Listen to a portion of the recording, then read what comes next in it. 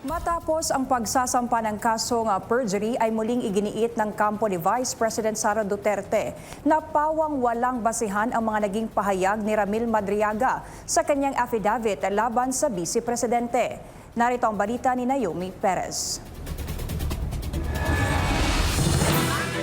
Muling iginiit ng kampo ni Vice President Sara Duterte na walang katotohanan ang mga ginawang pahayag ni Ramil Madriaga na siya ay naging bagman ng Vice Presidente. Sa affidavit complaint na inihain ng legal counsel ni VP Sara kamakailan, iginiit niyang hindi kailanman naging empleyado o naging bahagi si Madriaga ng alinman sa kanyang mga opisina o ng anumang tanggapan ng pamahalaan na nabanggit sa affidavit nito.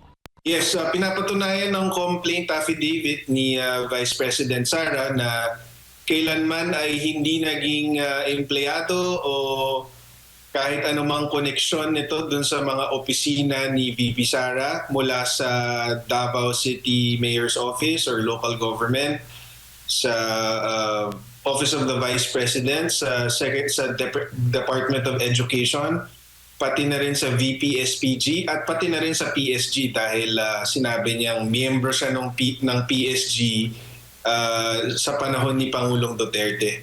So hindi sila magkakilala, hindi kilalang personal ni VP Sara si Ramil Madriaga, wala silang personal o professional na relationship.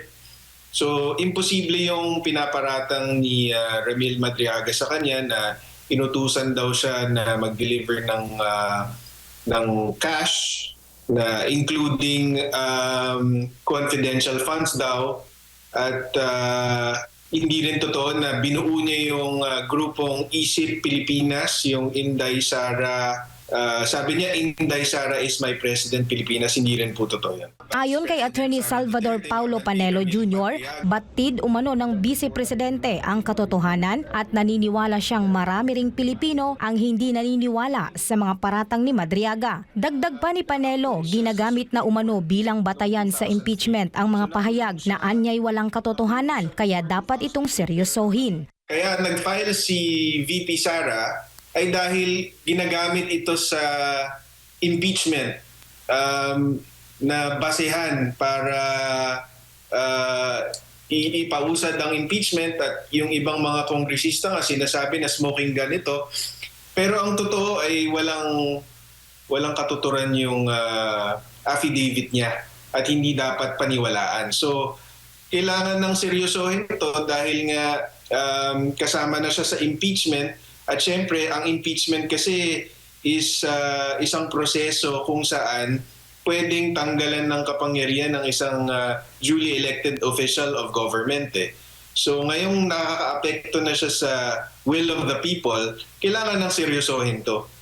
Hindi na pwedeng palagpasin, kailangan ng panagutin tong si Madriaga at kung matutuklasan natin kung sino yung mga taong nasa likod niya, pati sila. Sa tanong kung ano ang maaaring kahinatnan ni Madriaga sa kasong isinampa laban sa kanya, sinabi ni Panelo na maaari umano itong makulong kung mapapatunayang nagsinungaling sa ilalim ng panunumpa. Anya, maaari ring masira ang kredibilidad nito at maipakita sa publiko na walang basihan ang mga paratang laban sa Vice Presidente. Siyempre din, Jade, mababasag yung kredibilidad niya. Ipapakita natin sa taong bayan na walang saysay yung pinagsasabi niya, walang katotohanan doon sa mga paratang niya laban kay VP Sara at ma-expose din yung mga nagtutulak ng impeachment na politically motivated lang talaga dahil nagtiwala sila or nag-rely sila sa isang testimonyang walang katuturan. Sa huli, sinabi ng Vice Presidente na naghain siya ng perjury complaint dahil anyay kahalintulad ito ng umano'y tanim witness na nangyari noon laban kay dating Pangulong Rodrigo Duterte. Giit niya, dapat itong agad na matugunan upang hindi na umano maulit pa. Para sa Diyos at sa Pilipinas kong mahal, nag-uulat Naomi Perez, SMNI News.